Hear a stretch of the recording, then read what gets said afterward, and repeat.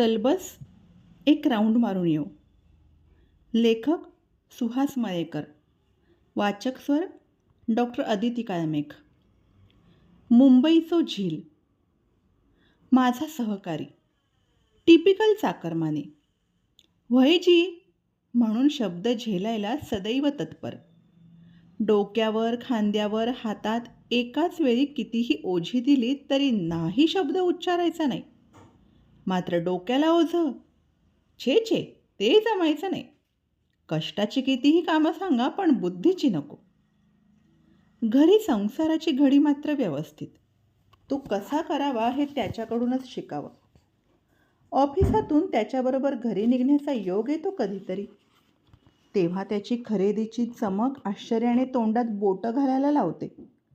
म्हणून वाटतं टिपिकल चाकरमानी हाच. काही उदाहरणं देतो. त्याला कधी तारीख विचारली तर तो सांगतो, पगार होऊक अजून 8 दिवस बाकी हत, म्हणजे 22. कधी वाजले किती रे असं विचारलं तर हा सांगतो, घरी जाऊक 2 तास 20 मिनिटे हत. एकदा कॅमेऱ्याची बॅग दिली त्याच्याकडे आणि म्हटलं, कुठे खाली ठेवू नको, विसरशील.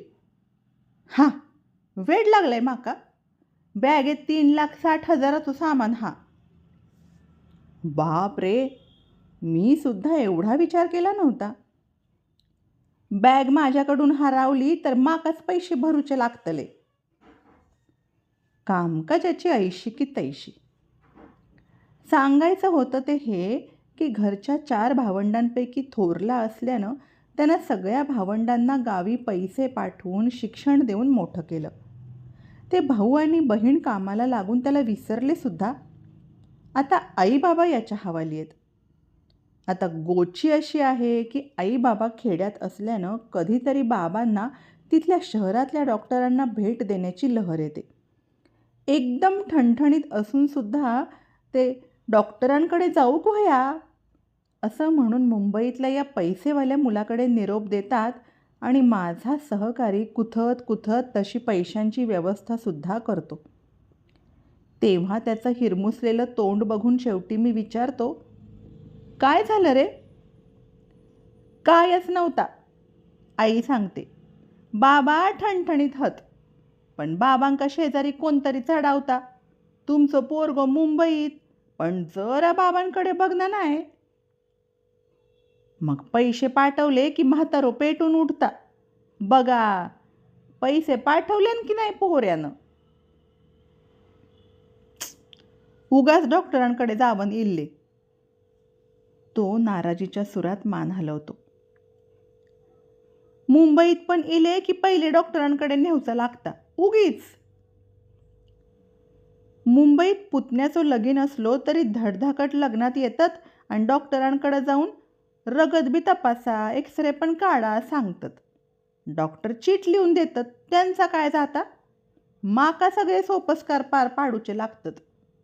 नाहीतर गावात जाऊन शेजाऱ्यांका सांगतात, पोऱ्यांनी डॉक्टरांकडे नाही नेला. गावाक सोबत पारावर बसणारे मित्र म्हाताऱ्याक चढवतात. कमाल झाली, पोरग मुंबईत असून पण बापाला एकदा पण डॉक्टरांकडे नेलं नाही म्हणजे काय, लग्नात गेलं म्हणान काय झाला. बरा, मुंबईत इले की डॉक्टरकडे, 15 दिवसांनी गावी जाताना परत डॉक्टरकडे, पुन्हा तेच सोपस्कार. का तर गावाकडे पारावर बसून मित्रांका सांगू, माझ्या पोऱ्यानं 2दा डॉक्टरांकडे नेला. अशा प्रकारे बाबा पुन्हा गावी गेल्यावर माझ्या सहकार्याच्या जमा खर्चाची विस्कटलेली घडी बसवताना त्याच्या कसे नाके नऊ येतात याचा मी साक्षीदार आहे. त्याचे बाबा वारल्याची नुकतीच बातमी आली तेव्हा तो ओक्साबोक्शी रडला, माझ्याच खांद्यावर मान टाकून. धन्यवाद.